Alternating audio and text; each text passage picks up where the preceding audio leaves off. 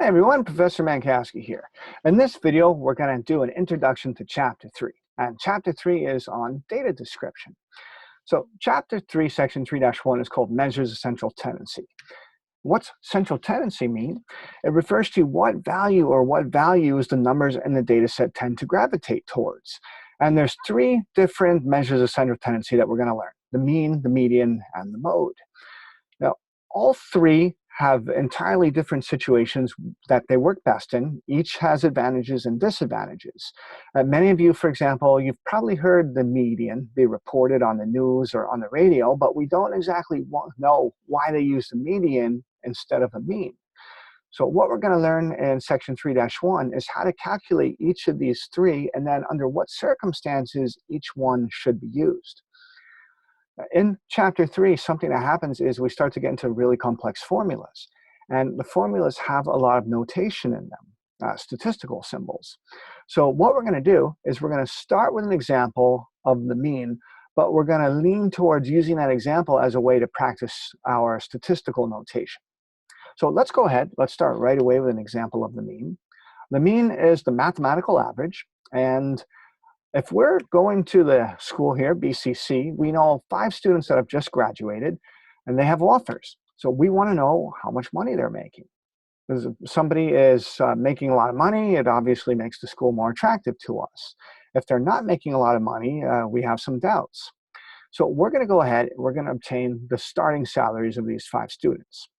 Our first student is doing $25,000 a year, and we're going to indicate them as being X1, standing for our first observation. Our second student, we're going to refer to as X2, making $35,000, and I'm going to go ahead and fill out the next 5. When I'm getting ready to calculate the average, I'm going to start doing what would appear at first to be normal. I'm going to write $25,000 plus $35,000, but I don't want to write down 5 different salaries because it's tedious. So to save time and space, I'm going to use something called an ellipsis, which is going to be a series of 3 dots. And that 3 dots means a pattern is going, and it keeps going on until I cap it off with the number behind it. That's going to be the last number in my data set, 30,000. So I'm going to take all these numbers, and I'm going to divide by the total that we had in our data set, which was 5. Now, the ellipsis was a little more efficient, but there's still even more compact way that I can make my calculation. Instead of referring to the 25,000 as 25,000, the way it is, what's an easier way to write it? The answer is I can take 25,000 and refer to it as X1. So I can write down that I'm adding X1 plus X2 all the way out to X5, and that's going to save me some space.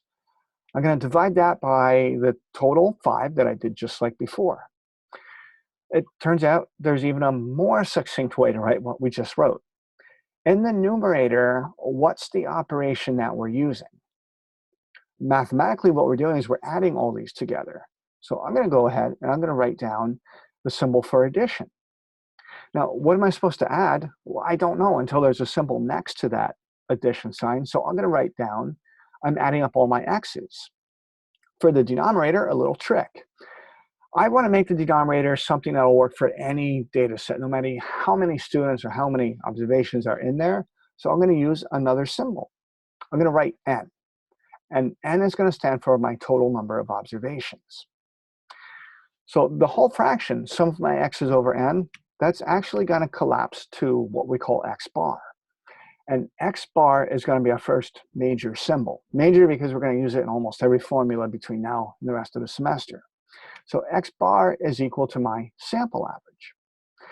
In the textbook, you're also going to see another symbol for averages, and it's going to look like this. It's a U hanging, a U with a little tail hanging off the left side, and we pronounce that as mu. That's also equal to an average. So why do we have 2 different averages? Are statisticians just trying to confuse us, make our lives confusing and horrible? The answer is no. There's a very particular reason for it. Mu refers to the average of a population, x bar the average of a sample, and here's why we hold them distinct from each other. If our data is sourced from an a sample, it's going to be less reliable than data that's sourced from a population. So we have to have a way of designating where our data came from. That's how we end up with mu and x bars, two different symbols. So how about if you're calculating mu? If you're calculating it out, would the calculation be the same, or would you calculate it differently? The answer is it's going to be calculated exactly the same. There's just going to be a change in one symbol, and we're going to take a look at that symbol, what it is, because we're going to use it in one other place in the course. So our mu is going to be equal to the sum of all our x's, but in the denominator, we're going to be dividing by capital N. What's the difference between capital N and lowercase n? Capital N refers to the total number of observations in a population. Lowercase n is the total number of observations in a sample. So we're designating, again, where our information was sourced from. So this is a lot of symbols. Let's just make sure that we know which one goes to which. The first three are going to be the most important. You'll use them virtually all the formulas that we're doing from here until the final. Our x bar, our mu, and our n. So definitely store these in a good place in your notes because you're going to be referring to them continuously. Okay, so now that we've got all our symbols, we've got the average down, let's start to talk about the median. So our median, think of the median in the road. Where's the median on the road? It's right down the center. Mathematically, it means the same thing. It's going to be the halfway point through our data set. So if we're thinking about, we just graduated from BCC, we need a new car. And we want to go and buy a used car so that we can commute to work. We figure it's a pretty good idea. Let's get a budget together. You know, how much should we be prepared to spend? So if we go to a used car lot and we get a sample of vehicles on the used car lot, here's our different number of prices that we're finding. The various numbers are written in K, K standing for 1,000. And if we want to calculate the median, can we just go and take the middle number right now? And the answer is absolutely not. You're going to mess it all up. Don't do that. What we have to do first is we have to take all the numbers and we have to build an array. An array means we're going to have to take all the numbers and we're going to have to sort them in order from least to greatest. So when we build an array, this is what it's going to end up looking like. Now it's safe to go and identify the median, and the median is going to be 7, meaning we want to budget about $7,000 for the vehicle based on the median. Now, this example was relatively easy to work because we had an odd number of values in the data set.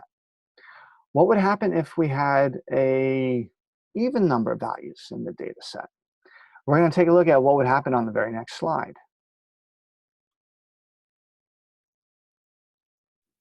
So in this next example here, we're looking at the median, but in this case, we have an extra price in our data set. So it's giving us a total, we're giving us a total of 1, 2, 3, 4, 5, 6, 8 values, which means we have an even number of observations in the data set.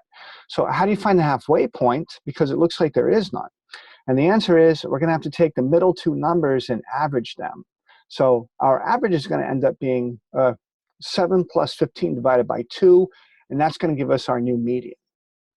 Now, one last thing that we're going to take a look at that makes the median really special, our highest number here was 27,000.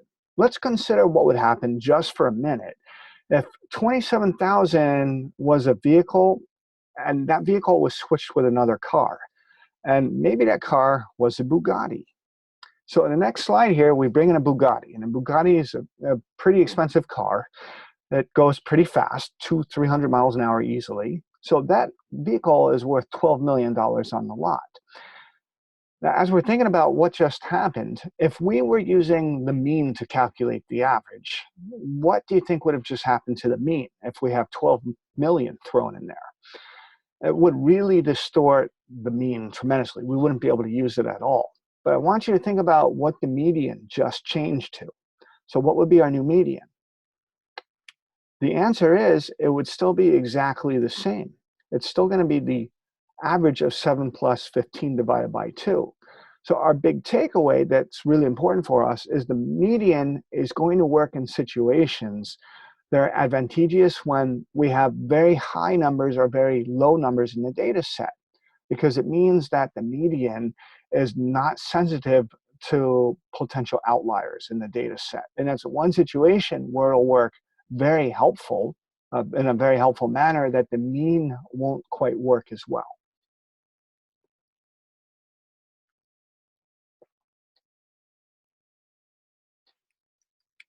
And we're going to go ahead and we're going to just summarize that as our big takeaway, that the median is least sensitive to very high, very low numbers in the data set. So this being said, let's go ahead, let's take a look at the mode. The mode is the most common number in a data set. And let's take an example of, we're going to be talking about recent graduates that have graduated from our same degree program. We're an accounting major, and they're getting offers to work with accounting degrees. Our offers are in thousands here, and we'd like to know what's the most common offer that we could get. Because if we're going to be graduating, it's really helpful from a negotiating standpoint to know what's the most likely offer. The benefit is, for the mode, we don't have to arrange the numbers in order from least to greatest this time. We can just pick out what's the most common value, and the most common offer is going to end up being $33,000. So that will let us know what offer would be most likely to be received. Now, we want to keep in mind that the data set can be bimodal, it can be trimodal, it can be multimodal, or it might not have any mode at all. Now, one final advantage of the mode is that it's going to work in situations where you might only have qualitative data. So imagine if we just had a data set of people's hair color. It's pretty hard to calculate an average, a mean on hair color, right? It's not numerical. But you could still figure out what's the modal value of a data set that consisted of hair color.